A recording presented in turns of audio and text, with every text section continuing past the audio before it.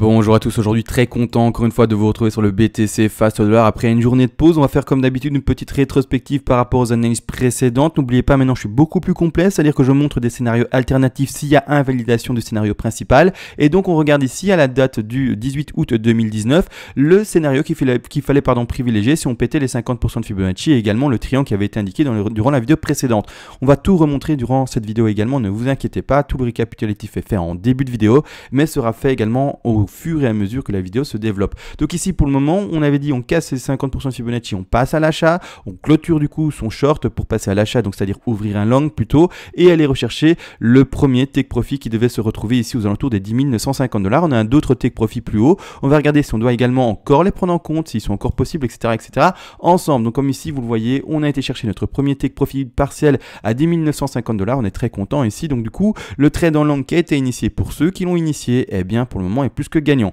On va regarder également, comme d'habitude, une petite chose par rapport aux donations. Merci en fait par rapport aux donations. C'est grâce à vous finalement que cette chaîne peut être aussi régulière dans le temps. Ça me demande beaucoup de temps de travail, beaucoup de temps d'enregistrement, de montage, etc., etc. Donc merci à vous. C'est le petit bonus qui finalement fait que la chaîne perdure encore et toujours. Merci à vous. Et d'ailleurs, vous le savez, contre une donation, je vous offre tout volontiers toutes les règles d'Elliott en français. Comme ça, premièrement, c'est facile d'accès. En plus de ça, pour les débutants, j'ai fait exprès de tout développer. Et en plus de ça, eh bien, grâce à ça, vous pourrez faire vos propres projections de prix, mettre vos propres stop loss, TP, point d'entrée.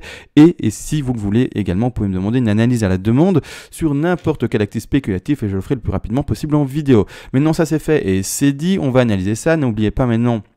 Comme dit, je vais être beaucoup plus complet. Donc en fin de vidéo, je vais montrer le scénario qui est invalidé. En début de vidéo, maintenant, c'est le nouveau format. Je commence encore et toujours avec le scénario qui tient le plus et qui est le plus pertinent. Ici, encore une fois, WXY, on a abordé notre première, en tout cas, target ici en rouge, comme vous le voyez. Et pour ma part, eh bien, tout simplement, ici, il faut comprendre une chose, c'est qu'on n'a fait qu'une seule vague de hausse. Pour moi, il faut dans une Y, encore et toujours, soit une ABCDE, donc c'est-à-dire 5 vagues, mais en triangle, soit ABC en zigzag, pardon, ou soit ABC en flat. Ici, clairement, je commence 5 vagues haussières, donc j'ai pas du tout fini ma hausse, et pour ma part, je m'attends encore une jambe haussière. C'est-à-dire qu'ici, je vais le sous-décompter avec vous, montrer comment est-ce que je l'ai fait, etc. Je commence avec ma racine, mal placée d'ailleurs, je vais bien de une mal placée également, super, tout se place mal, mais je vais le corriger bien entendu maintenant, sur la bonne bougie. La 3 était bien, pardon. La 1 sur la bonne bougie, s'il te plaît. Et ici, la racine sur la bonne bougie. C'est-à-dire que quand on zoome là-dessus, il faut encore une fois que les fibos corrèlent. D'accord? Il faut que les fibos corrèlent. Également ici, j'insiste, la 4 ne transperce pas la 1. Regardez, ça se joue à très peu, mais la 4 ne transperce pas la 1. Elle retrouve un niveau de support horizontal et elle rebondit. Pour ma part, les objectifs d'une 3, je les rappelle tout de même, sont les 161,8, les 261,8, les 423,6 et de manière, plus rare cette fois-ci, les 200% de Fibonacci et également les 361,8. C'est-à-dire ici, quand je mets mon Fibo, on regarde bien entendu où est l'interaction de la 3, et la 3 ici se fait à 161,8% de Fibonacci. Dans ce cas-ci, on a le retracement de 4 extrêmement puissant, mais peu importe, c'est pas grave. Maintenant également, du coup, il faut travailler ensemble quoi? La 5. Regardez ce qu'elle a été chercher, etc. ensemble. Je place mon Fibo du coup au bas de la 5 comme suit, d'accord? Et la 5, donc je vais même bien le placer ici comme suit, d'accord? Et la 5 va chercher également, regardez, les 261,8% de Fibonacci. Encore une fois, je rappelle tout de même les targets d'une 5 dans ce contexte-ci avec une 3 qui va chercher les 161,8. Ce sont les 100, les 161,8 et les 261,8% de Fibonacci. Pour ma part, ici, ça valide une 5 à 261,8% de Fibonacci. Donc, je monte en 5. D'accord? Donc, ça maintenant, du coup, j'ai quoi? 5 vagues haussières. Il faut le savoir, je vous l'ai dit en début de vidéo ici, quand je vous expliquais la Y, la X vers la Y en blanche, il me faut 3 vagues. Pour le moment, du coup, comprenez bien, il y en a 5. Donc, il y a un couac. Le couac, c'est qu'en fait, ça, ce n'est que le sous-décompte d'une A qui s'indique comme suit, si j'arrive à le faire proprement, d'une A, d'accord, qui va nous chercher une B, et puis enfin une C. Donc pour moi, la hausse n'est absolument pas terminée, d'accord, mais pas du tout. Alors maintenant, elle le pourrait, c'est pas pour rien qu'on joue avec des stop loss, etc., des points d'entrée et des take profit partiels, c'est-à-dire que maintenant, celui qui a tenté le long ici à la cassure des 50% de Fibonacci, je vais quand même indiquer les 50% de Fibonacci comme ça, ils sont visibles, c'est-à-dire que celui qui a tenté le long à la cassure des 50, il est gagnant, hein. Il est gagnant et c'est impossible d'être perdant étant donné qu'on a atteint d'office le premier take profit. Take profit non, mais take profit partiel, pardon. C'est-à-dire qu'ici, vous voyez, d'accord, les 50 sont là, les 50% de Fibonacci sont là. On les a pétés, il faut passer en long, d'accord. Plus précisément, on avait indiqué également une zone de résistance en triangle, d'accord. Donc ici, je vais également vous l'indiquer. D'ailleurs, j'ai mal placé en fait le Fibo.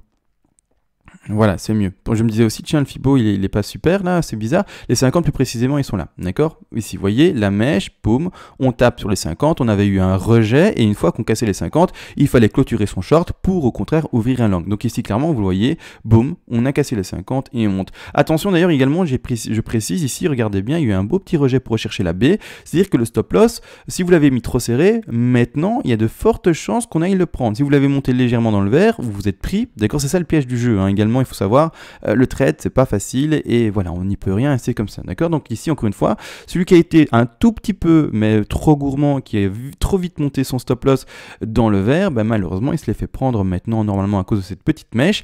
Et celui qui a laissé son stop loss à quelques pourcents en dessous, lui, pour le moment, tout se passe bien, d'accord? Nous, on attend du coup quoi? Un retracement de B et d'une C. Pourquoi j'ai mes 5 haussières et c'est pas fini? En tout cas, pour ma part, la hausse, elle n'est pas terminée. Et également, ben, les targets pour le moment à privilégier suivantes, c'est celle-ci, d'accord? La target numéro 2 aux alentours est 11 300 $. Et pour terminer, on a une target un peu plus haute qui se situe aux 11 656 $. Donc ici, clairement, je m'attends à une correction, hein, pas de problème pour la B, mais surtout à un rebond. Alors encore une fois, je reprécise les targets de correction d'une B.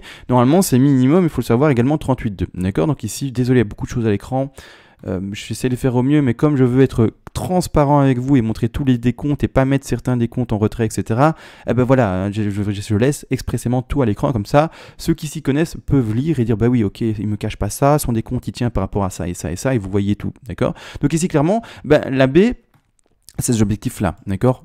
À 38,2. Également 50, également un peu plus bas 61,8, 76,4 et 85,4. C'est vraiment très bas. J'espère pas qu'on descende là-bas aussi bas, sinon de toute façon le stop loss de tous vont être pris parce que clairement un stop loss, je sais pas à combien vous l'avez mis, il faut pas mettre ça trop large, en tout cas à mon sens, d'accord? Donc clairement, voilà, ici, celui qui veut remonter dans la baie, c'est pas le meilleur des trades, bien entendu qu'on peut essayer, mais c'est vraiment assez complexe. Vous pouvez essayer, mais c'est assez complexe. Donc maintenant, à voir où va s'arrêter la baie. Je vais pas faire ce travail-là parce que ça serait rentré en quart d'heure, etc. C'est vraiment un travail beaucoup trop, on va dire, minutieux. C'est vraiment du scalping pratiquement. Et ceux qui veulent faire du scalping, libre à vous. Nous, on joue plutôt du swing, c'est-à-dire des trades qui va durer plusieurs jours, voire même parfois plusieurs semaines. Donc ici, si vous faites du scalp, c'est que vous êtes vraiment très avancé, c'est que vous faites du trade finalement presque tous les jours, voire tous les jours, et que c'est un peu votre métier et que voilà, vous en vivez normalement. Donc vous êtes normalement compétent pour faire du scalp et pas attendre mon point B ici, d'accord? Donc moi, tout ce que j'attends, c'est finalement une C. Une C qui se termine. On va la travailler quand on aura la validation de la B. Pour le moment, aucune validation à 100%. Elle pourrait à 38,2 comme elle pourrait plus bas. On attend en tout cas pour le moment. Ce que par contre, j'insiste, c'est que j'ai mes premières 5 vagues baissières, j'attends la correction qui se fait actuellement, mais j'attends surtout une C encore qui doit monter. D'accord? J'attends une dernière vague où il y aura également ceci. Pour ceux qui ne comprennent pas, 5 vagues haussières pour terminer ma C. Donc je les attends, d'accord? Donc les targets ici au-dessus de ce premier TP sont à attendre pour ma part. Donc je les attends de pied ferme. J'attends vraiment, en tout cas, une réaction, un dernier petit rebond pour celui-ci. Donc là maintenant, on a vu ce trade là, mais également du coup, il faut comprendre que qu'est-ce que ça veut dire? Ça veut dire qu'en fait, étant donné que le trade baissier, rappelez-vous, je vais le montrer en fin de vidéo, maintenant c'est comme ça que je fonctionne dans mon nouveau format, bien entendu, de vidéo, pour être plus complet avec vous tous, et vous montrer tous les scénarios potentiels et comment il faut adapté par rapport à telle cassure ou telle chose ou telle chose. Il faut comprendre que du coup, en fait, je ne rentre plus dans une baie qui est validée d'office ici, d'accord, et gros short et on baisse. Au contraire, mon décompte va être décalé avec un triangle que vous voyez ici, A, B, on monte avec la C qu'on est occupé de faire maintenant, d'accord. Réaction après baissière pour une D. Encore une fois, on croira à une cassure, à un dernier rejet haussier, et à ce dernier rejet haussier, eh bien, boum, cassure. Donc ça veut dire quoi également? Dire tout le temps des plus hauts qui seront toujours plus bas. Donc grossièrement, ça indiquera, eh bien, des plus hauts, comme vous voyez ici, plus bas, plus bas, plus bas, plus bas, et puis boum, crash à la baisse. Donc c'est vraiment ça que pour ma part je veux voir, donc vraiment une tendance baissière qui s'indique, mais également il faut comprendre que du coup les plus bas, sauf ici, hein, mais sinon les plus bas, seront à chaque fois également plus haut, plus haut, plus haut. Donc vraiment une figure de contraction, c'est-à-dire un triangle. D'accord? Rien de compliqué, un triangle et tout ce qui est plus classique. Donc je m'attends à un triangle pour ma part avant d'enfin breaker à la baisse et d'aller revoir, il ne faut pas oublier non plus, d'aller revoir les prix plus bas qui sont aux alentours des 8200, voire même plus bas ici, vraiment sur cette zone ici de support horizontal, 7200, 7400 $. Donc ici clairement, je m'attends à un break, même si pour le moment, je privilégie encore et toujours une zone, on va dire, de consolidation maintenant. Donc maintenant, ça c'est le grand plan qui a été montré. On a montré les take profit partiels pour le l'angle qui a été ouvert à la cassure du triangle. Bien entendu, ce triangle-là, je l'avais également, vous savez très bien, symbolisé sur ce plan-ci. Alors, comme dit, maintenant, je montre tout, d'accord? C'est-à-dire que le plan alternatif que je vous montrais pas à l'époque, parce que, enfin, à l'époque, il y a de ça encore 4 jours, parce que je voulais pas vous perdre et vous montrer un plan à la fois, j'ai arrêté ça parce que je remarque que les personnes n'ont pas le temps de s'adapter par rapport au nouveau plan et sont un peu pris de court. Maintenant, je montre tout à l'avance, comme ça, quand il faut changer de plan, eh bien, vous savez le faire par vous-même et vous savez comment se passe le décompte alternatif. C'est-à-dire que ça, c'était le décompte où on validait, c'est toujours la même chose, hein, le décompte n'a pas changé, c'est juste les sous-vagues en fait qui changent. C'est-à-dire que cette B, si j'arrive à la prendre du premier coup, réussi, que maintenant je vais décaler plus loin avec le triangle, d'accord, ici, hein, d'accord, pas compliqué, hein, vous voyez cette B là, c'est la B qui est là, d'accord, donc sauf que maintenant il y a un triangle dedans, donc je la rejette à droite, mais ici cette B là, d'accord, dans ce plan là, ne devait pas être rejetée à droite et on devait déjà avoir une cassure baissière, déjà avoir une baisse comme vous voyez ici en 1, 2, 3, 4, 5 et aller revoir les 8200 voire même plus bas, d'accord, clairement c'est invalidé, pourquoi? En tout cas, pour moi, les statistiques montrent clairement que c'est invalidé. Premièrement, on va commencer déjà par la 4 potentielle ici. Hein. Rappelez-vous, triangle, dès qu'on passait au-dessus de ce triangle-là, il faut passer à H. D'accord? Ici, d'ailleurs, petit repli, on retouche le support ici, comme vous voyez, du triangle, boum, et on remonte légèrement. On verra si ça continue à monter ou pas, si ce sont les 38,2 du coup qui sont à prendre en compte pour la WXY qui monte. Mais clairement, il faut comprendre qu'ici, ce triangle, pour moi, était assez important. Cassure du triangle à la baisse, on continue à la baisse et décomptait pour une 4 vers par après une 5 à la baisse. Au contraire, si on pétait ça, le truc c'est que la triangle elle peut être encore potentielle, d'accord, mais j'y crois plus du tout. J'y crois plus du tout à cause encore une fois des statistiques. Vous savez maintenant on met beaucoup d'importance aux statistiques, c'est-à-dire que clairement, donc ici la Y également c'est la même chose, sauf que la Y monte, mais il faut comprendre que dans les stats, maintenant je l'utilise beaucoup plus. Hein. Vraiment maintenant je vais vraiment aller beaucoup plus loin dans la, dans la technique, en tout cas en vidéo avec vous, c'est que en fait une 4 qui va chercher entre les 50 et les 61,8% de Fibonacci n'est probable que de 15%, a une probabilité d'être faite que de 15%. Encore une fois, est-ce qu'on fait des scénarios par rapport aux statistiques faibles? Non, d'accord? Donc je vais vous montrer bien entendu ce qui nous a permis de faire ce Fibonacci là, pour ceux qui arrivent et qui ne s'y connaissent pas encore de trop,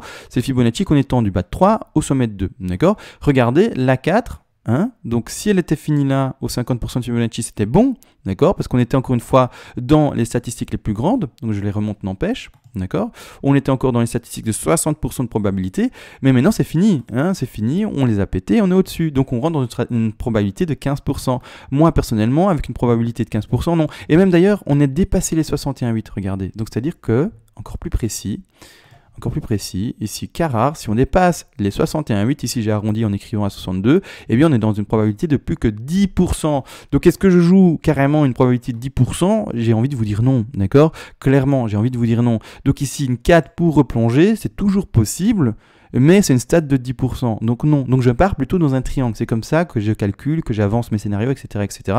Et c'est ça la différence par rapport à mes vidéos précédentes, je ne vous montrais pas tout ce travail à côté, qui me semblait à l'époque, pouvait vous perturber, mais je pense que si je l'apporte bien et de manière assez précise, avec les stats, en vous expliquant pourquoi, vous allez plus comprendre comment finalement prendre une position, lâcher une position, entrer dans une nouvelle position, etc. etc.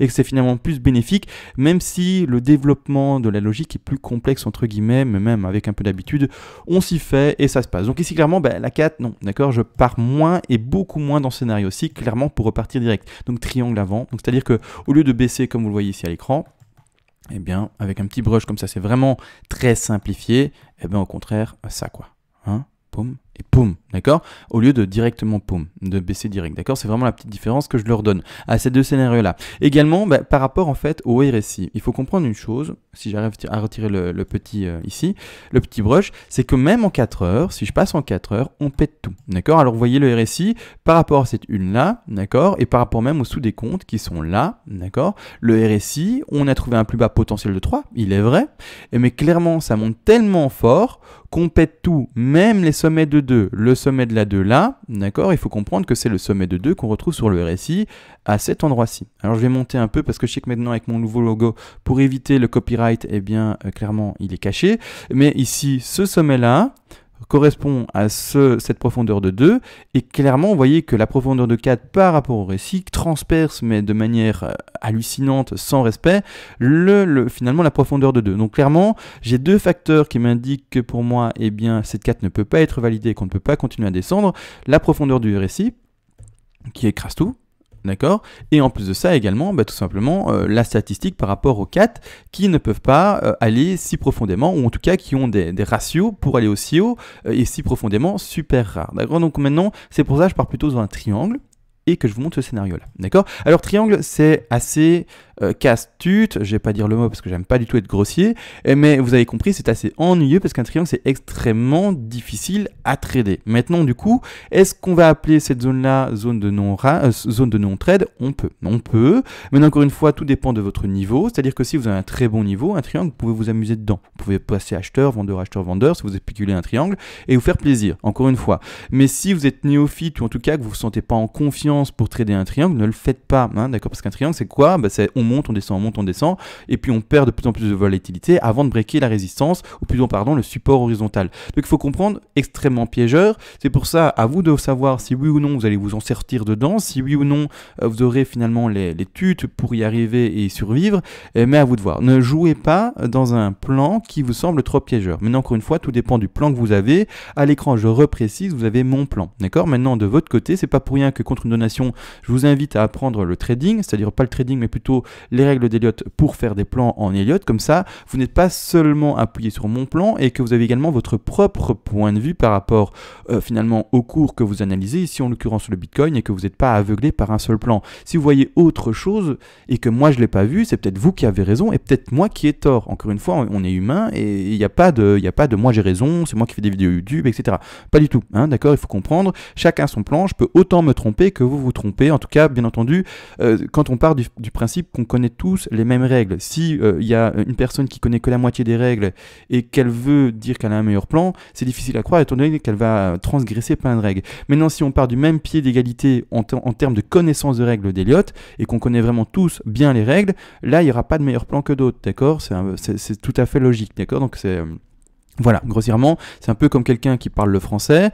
Celui qui parle très bien le français, eh bien, il peut être bien entendu comparé avec quelqu'un d'autre qui parle le français de manière très correcte comme lui, mais pas avec, par exemple, un espagnol qui apprend le français et qui le baragouine. L'espagnol, s'il dit je parle mieux le français que toi, à un français qui parle le français depuis finalement qu'il est tout petit, donc c'est sa langue natale, ça passe mal. C'est ça que je veux exprimer. La personne qui pense faire de meilleures analyses mais qui connaît que la moitié des règles, ça passe mal également. C'est pour ça que je dis, les personnes qui connaissent bien les règles et que vous avez un autre scénario, eh bien, il n'y a pas de problème, vous avez peut-être le meilleur scénario et que peut-être que moi, je me suis trompé. Et là-dessus, il n'y a aucun problème, en tout cas, il n'y a aucun problème avec ça. Donc ici, clairement, ce que moi, je vois, c'est quoi? Consolidation, il faut le comprendre, et break. Et donc, j'ai pris le temps d'expliquer pourquoi je ne voyais pas, au contraire, directement un break maintenant, d'accord?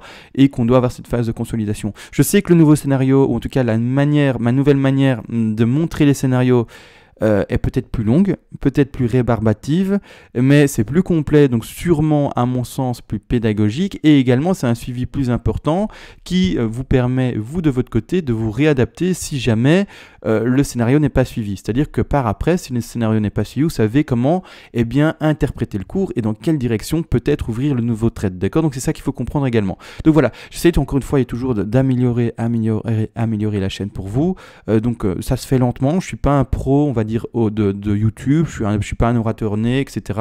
Je fais ça par passion à la base, même si maintenant, il est vrai, vous l'avez compris, ça me ramène un peu de sous, hein, ça fait un petit complément à la fin du mois, mais clairement, il faut comprendre que moi, c'est de la passion de base et que du coup, j'évolue lentement, d'accord? Je suis pas du tout dans un...